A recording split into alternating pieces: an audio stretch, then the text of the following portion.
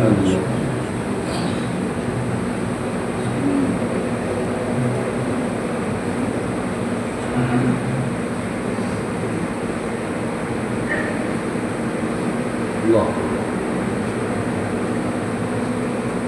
Bismillahirrahmanirrahim. Assalamualaikum warahmatullahi wabarakatuh. Assalamualaikum warahmatullahi wabarakatuh. Waalaikumsalam warahmatullahi wabarakatuh. Alhamdulillah wassalatu wassalamu ala rasulillah ma ba'd. Barakallahu syabab. Kaifa halukum? Alhamdulillah. Masa'ul khair. Insyaallah. Alhamdulillah nahmadullah azza wa jalla ala an faddalana wa akramana bil ikhwah bi hadhihi al ibadah. Wa alhamdulillah ana a'rif wa a'lam anna ba'dakum sha'imun anna ba'dakum sha'imun al-yawm alhamdulillah. Qabbalallahu minna minkum sal a'mal. Wa i'lamu ya ikhwah anna man waffaqahu Allah bil ibadah fa inna Allah ta'ala akramahu fid dunya wal akhirah. Ya. Ketahui oleh semuanya, oleh santri, oleh ikhwah semua, siapa yang Allah berikan taufik semangat ibadah menjadi hamba Allah, itu pertanda pasti mustahil tidak. Dia adalah hamba yang dimuliakan oleh Allah di dunia dan akhirat. Ya. Kenapa ini, ikhwah? Ketahuilah bahwa kemuliaan seorang manusia tatkala dia menjadi hamba Allah. Makanya Imam Ibnu Qayyim rahimahullah mengatakan bahwa ya al-ubudiyah, penghambaan, ibadah adalah sifat wasfu akramal khalqi wa aqrabihim ilaihi. Al-ubudiyah sifat penghambaan abdul, ay abdullah, sifat makhluk termulia dan yang paling dekat sama Allah. Siapa makhluk termulia dan paling dekat sama Allah siapa? Dari bangsa gaib malaikat. Dari bangsa gaib malaikat. Dari bangsa nyata siapa? Muhammad dan Rasul. Apa Allah ceritakan tentang malaikat? Allah Azza wa Jalla wa ja'alul malaikata alladhina hum ibadur rahman. Malaikat disifat oleh Allah dengan ibadur rahman. Ya, hamba-hamba Rahman. Dalam ayat yang lain, bal ibadun mukramun. Malaikat itu hamba yang dimuliakan. Baik, lalu para rasul Allah ditutup dengan rasul kita, kekasih kita SAW, semua sifatnya abdun. Dalam surat Al-A'raf Rasul bilang, wadkur abdana, wadkur abdana, wadkur abdana.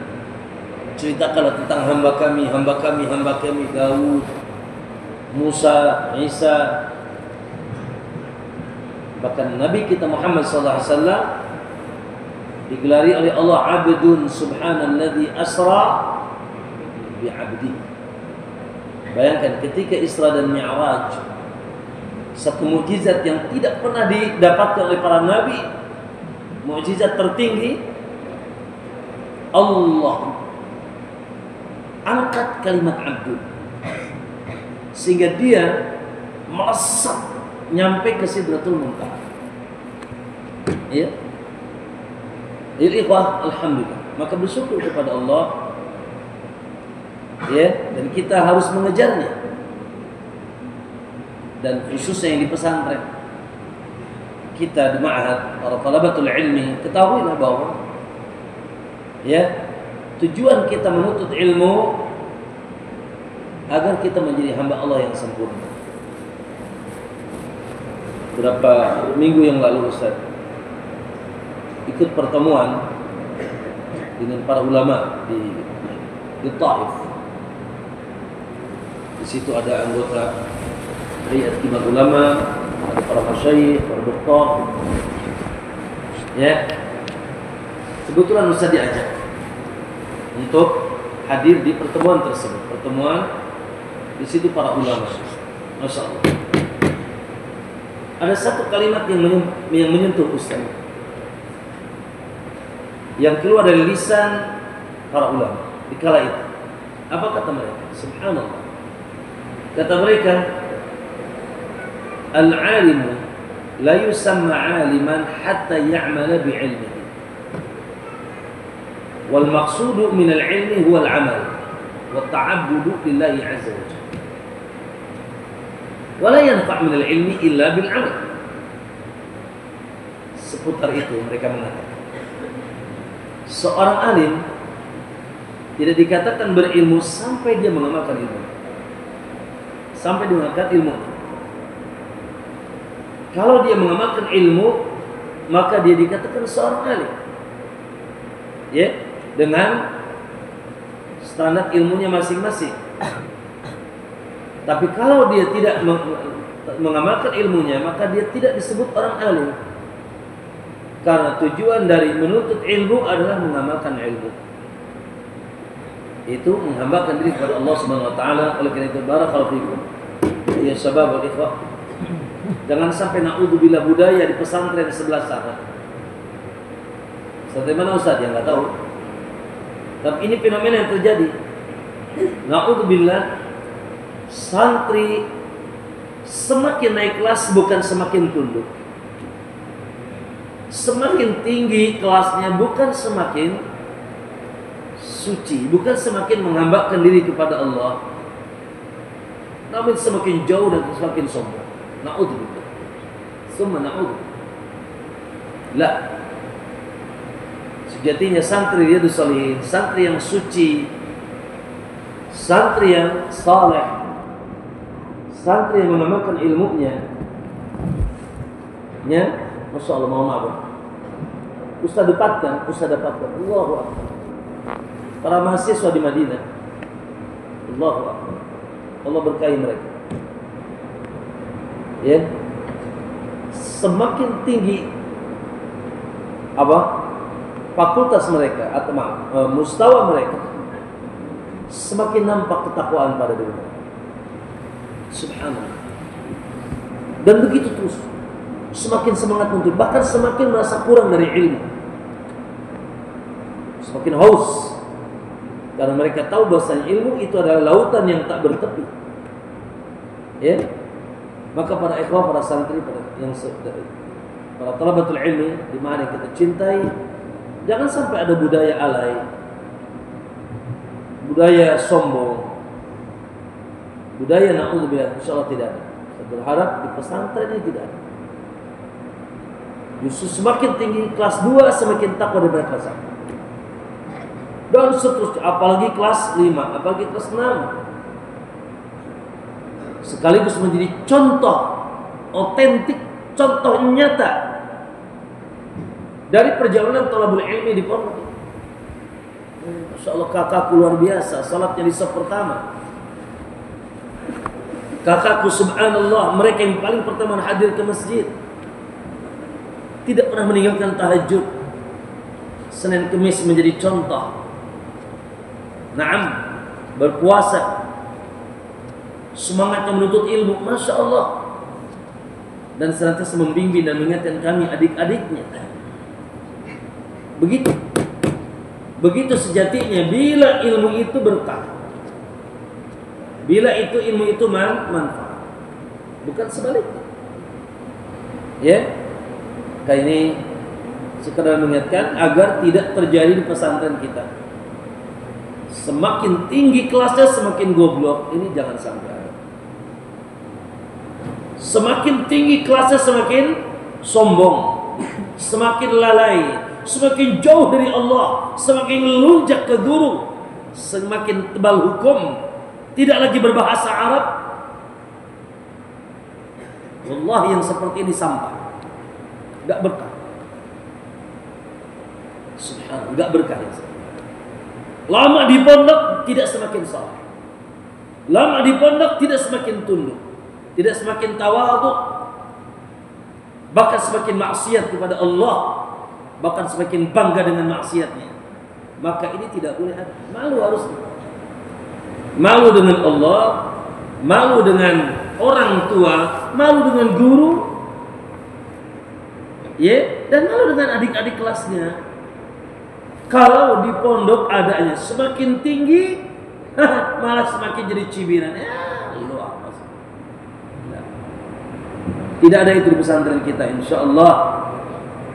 Ya, karena fungsi dari faedah dari menuntut ilmu yang paling tinggi daripada buah ilmu kesalehan, kekuatan iman. Ayo, ini yang adik-adik nih, yang masih kecil, jadikan itu sebagai prinsip. Ya, dan juga yang sudah pada dewasa, ayo, jangan sampai cengenges-cengenge seperti pesantren-pesantren sebelah di sana. Lah, insyaallah semakin tinggi kelasnya, bajunya semakin rapi. Ya, rambutnya semakin, masya Allah, menjadi contoh. Cara berpakaian, cara berbicara, beribadah, cara bergaul, pemberani, bukan pengecut, masya Allah, dan menjadi tauladan, menjadi tauladan bagi yang lain. Ya, ini yang Ustaz harapkan dan Ustaz inginkan. Ya, jangan sampai naudzubillah semakin tinggi, semakin nuncep, semakin hina, semakin jauh dari Allah, sombong di depan manusia, dan naudzubillah semakin melanggar dan melanggar. Yang ini tentunya tidak pantas adanya di pesantren yang kita cintai. Wafaqakumullah jami'an, semoga Allah memberikan taufik kepada semuanya. Dan Ustaz apresiasi senantiasa, Allahu Akbar santri. Ya, maaf, Ustaz tahu puasa itu berat, tapi tunggu tanggal dilemparkan antum dari jahanam. Wallahi dilemparkan dari jahanam. Man shama yawman fi sabilillah. Siapa yang berpuasa sehari saja di jalan Allah, barang siapa yang puasa sehari saja di jalan Allah, ba'adallahu wajhahu 'anil nari 70 kharif. Allah usir wajahnya dari neraka 70 tahun. Masyaallah. Dijauhkan wajahnya dari neraka 70 sehari puasa. Bagaimana 2 hari? Makanya masya Allah Nabi sangat berwasiat, wasiat kepada Abu Hurairah, mewasiatkan agar jangan dalam 1 bulan, ya, minimal 3 hari puasa. Siapa yang menjaga dalam 1 bulan 3 hari puasa, maka dia seperti puasa 1 tahun.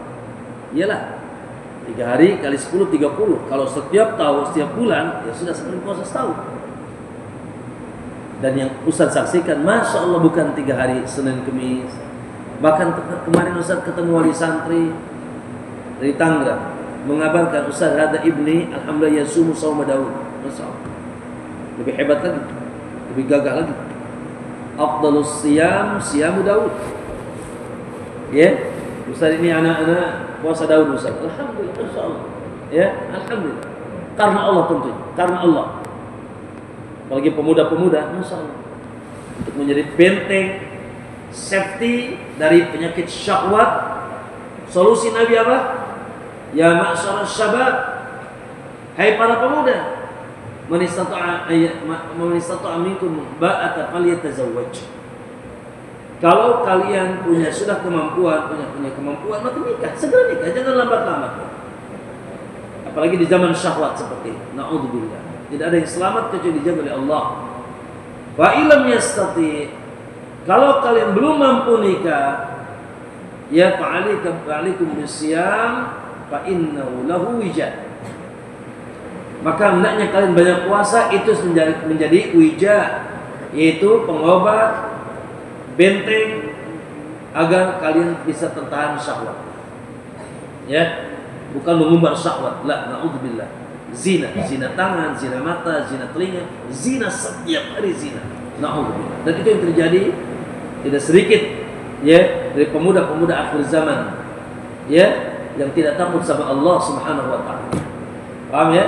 Maka masya Allah, teruskan, ayo saling semangati, puasa, ya, berpuasa di hari-hari Senin, Kamis, yang mau Daud, tapi tentunya jangan sampai jadikan alasan ya puasa untuk kita malas menghafal, ya, malas masuk kelas, di kelas tidur lah, jangan puasa.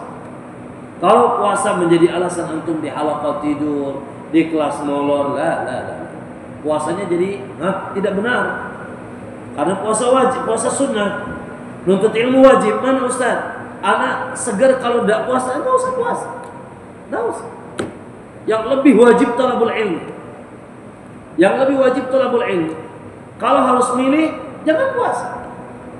Tapi kaidah para ulama, al-jam'u aula min at-tarjih.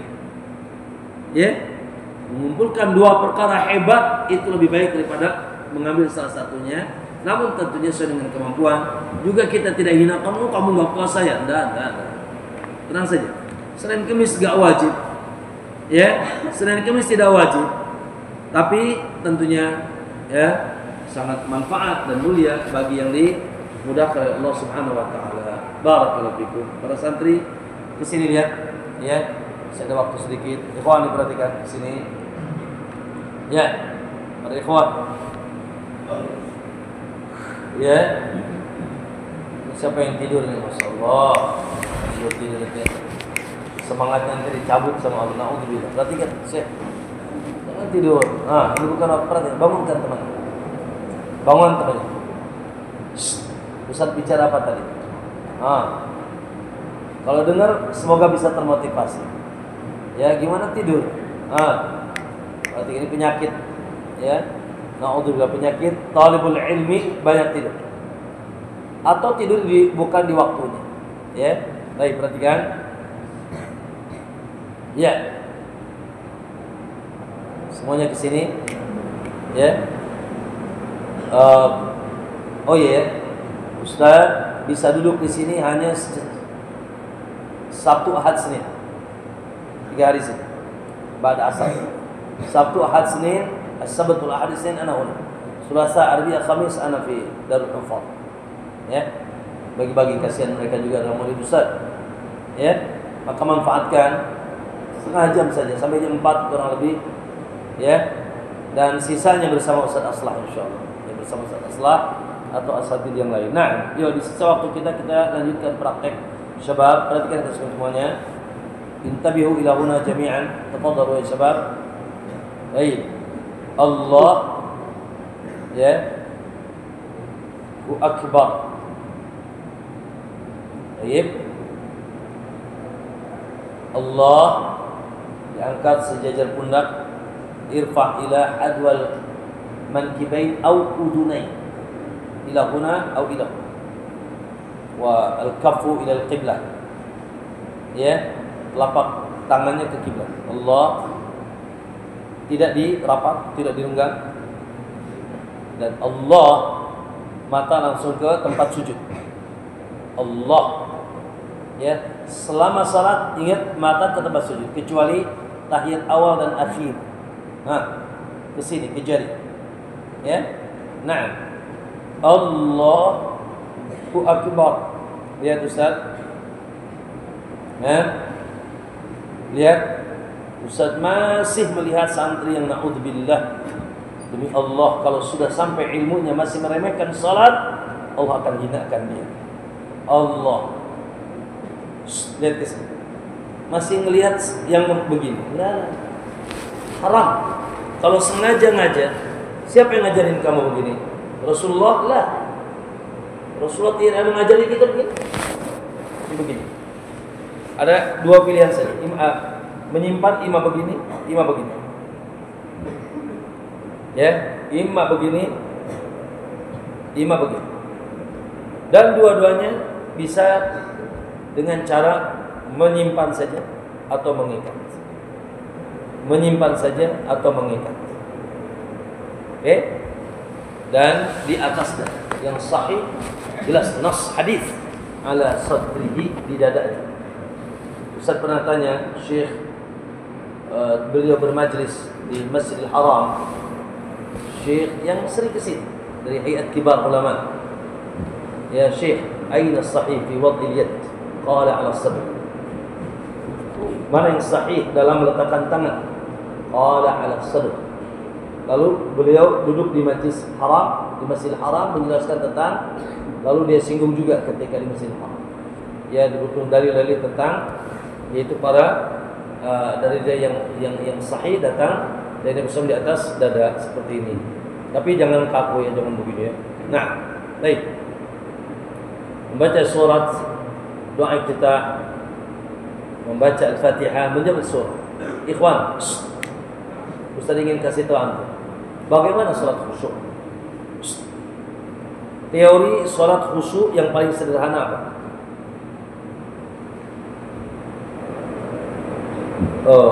Nabi mengatakan shallu salatal muwaddah. Tapi tidak semuanya orang bisa menghadirkan itu.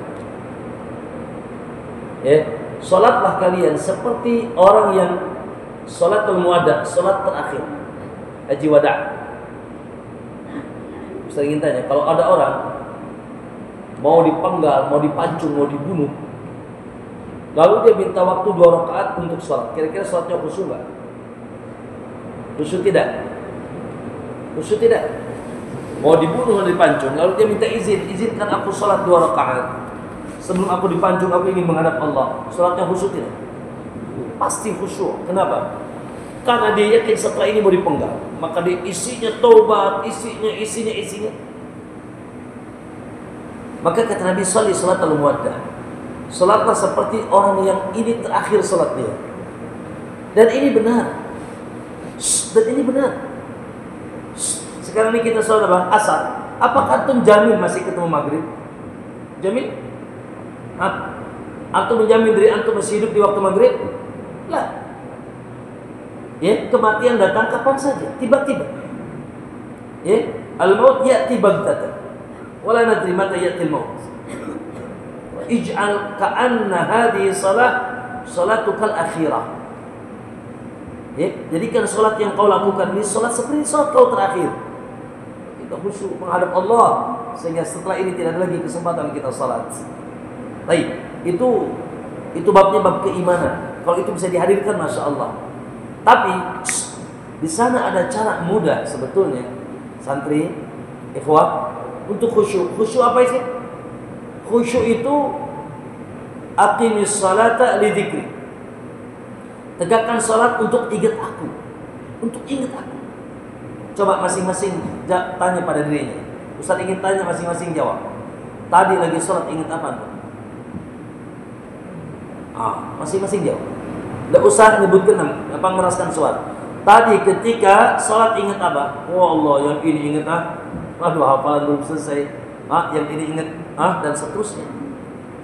Ya, dan seterusnya. Maka ini ikhwanakumullah, khusyuk di antara maknanya hanya mengingat Allah. Nah, bagaimana caranya? Caranya pahami seluruh bacaan sholat antum. Sambil kita menghadirkan kita di hadapan Allah, pahami semua bacaan salat. Allahumma ba'id baini, Allah jauhkanlah aku wa baina khataayaya, dari dosaku, kama ba'adta bainal masyriqi wal maghrib, sebagaimana engkau jauhkan dari masyriq ke maghrib. Allahumma naqqini min khataayaya kama yunqqa thawbul abyadu minad danas. Ya Allah, sucikan aku dari dosa sebagaimana engkau sucikan baju putih dari kotoran. Ya, Allahumma aghsilni bil ma'i was-salji wal barad. Ya Allah, cuci aku dengan air, yaitu salju dan embun. Ya, atau istitah yang lain. Lalu Al-Fatihah. Alhamdulillahirabbil alamin, Ar-Rahmanir Rahim. Sibukkan dengan menghadirkan makna yang kita baca. Lalu ketika kita baca ayat Quran begitu, lalu kita dengarkan, simak. Jangan sampai ini sholat tadi ditanya imam, barusan saja imam sholat maghrib bersamanya. Lalu setelah sholat ditanya, Anda baca apa tadi? Waduh, baca apa ya? Yang dibaca imam saja dia tidak tahu. Lah, ya. Maka hendaknya dia perhatikan bacaan imam. Dia sejatinya kita berdiri membaca ayat-ayat Allah sebagai nasihat. Dibacakan surat Al-Ikhlas, nasihat tauhid. Dibacakan surat apa? Surat misalkan An-Nas, sama nasihat tauhid. Amma yatasawuf tentang kiamat, Al-Qari'ah tentang kiamat, nasihat buat kita. maka hadirkan makna apa yang kita baca. Doa iftitah. Baik. Sedikit lagi. Perhatikan. Setelah beres, walam yakul lahu kufuwan ahad. Kalau makmum tentunya cukup baca Al-Fatihah. Yang sahih dan ustaz yang pegang pendapatnya makmum imam semua baca Al-Fatihah. Semua baca. Imam dulu amin baru makmum. Makmum cukup dengan suara diri dan tidak lambat. Lalu setelah itu ketika untuk jadi makmum, jadi imam, ghairil maghdubi 'alaihim waladdallin, walam yakul lahu kufuwan ahad, maka bernapas sejenak lalu rukuk. Jangan walam yakul lahu kufuwan ahad, Allahu akbar. Ada jeda antara surat dengan rukuk. Baik. Lalu kita rukuk, perhatikan semuanya. Di dalam salat ada tempat-tempat kita ngangkat tangan. Dan yang masyhur dari Nabi ada 4 tempat ngangkat tangan. Kayak gitu. Allah, Allah, Allah, ngangkat tangan. Ada 4 tempat. Mudah ngingetnya. 1, takbiratul ihram. 2, mau rukuk. 3, bangun dari rukuk. Al-qiyam min rukuk. Ar-rabi' al-qiyam min at-tasyahhud awal. Paham tuh? Ada 4. Ada 4. Seringnya katsiran maka Nabi yarfa' yadayhi. 4. Awalan takbiratul ihram, Allah. Saniyan qabla ruku', Allah. Salisan ba'da ruku', Allah. Sami Allah, maaf. Sami Allah. Wa rabi'an ba'da al-istiqaq min al-qiyam min tasyahhud al-awwal. Paham tuh? Paham jami'an? Ya. Takbiratul ihram sebelum ruku', ba'da ruku' dan berdiri dari yaitu tahiyat awal. Paham semuanya? Nah. Baik, ikhwah, sampai situ pelan-pelan ya. Nanti ruku', sujud, karena insyaallah ini bukan ilmu yang asing bagi antum, tapi jangan diremehkan ya. Dan antara wallahi kesempurnaan salat, bahkan diterima salat seseorang ketika salatnya sesuai dengan sunnah Nabi sallallahu alaihi wasallam. Sallu kama ra'aitumuni, sallu kama ra'aitumuni wasalli. Fahimtum ya syabab? Fahimtum? Hafizakumullah wa la tansaw ya ikhwah adhkarul masa. La tansaw, la tatruku abadan adhkarul masa. Jangan tinggalkan zikir pagi petang. Jangan, wallah. Itu adalah safety untuk segala kebaikan dunia akhirat antum. Jangan tinggalkan di petang. Silakan sambil jalan di asrama, sambil halaqah ya. Jangan sampai ada yang meninggalkan zikir pagi dan petang. Wallahu a'lam. Sallallahu alaihi wasallam. Assalamualaikum warahmatullahi wabarakatuh. Waalaikumsalam.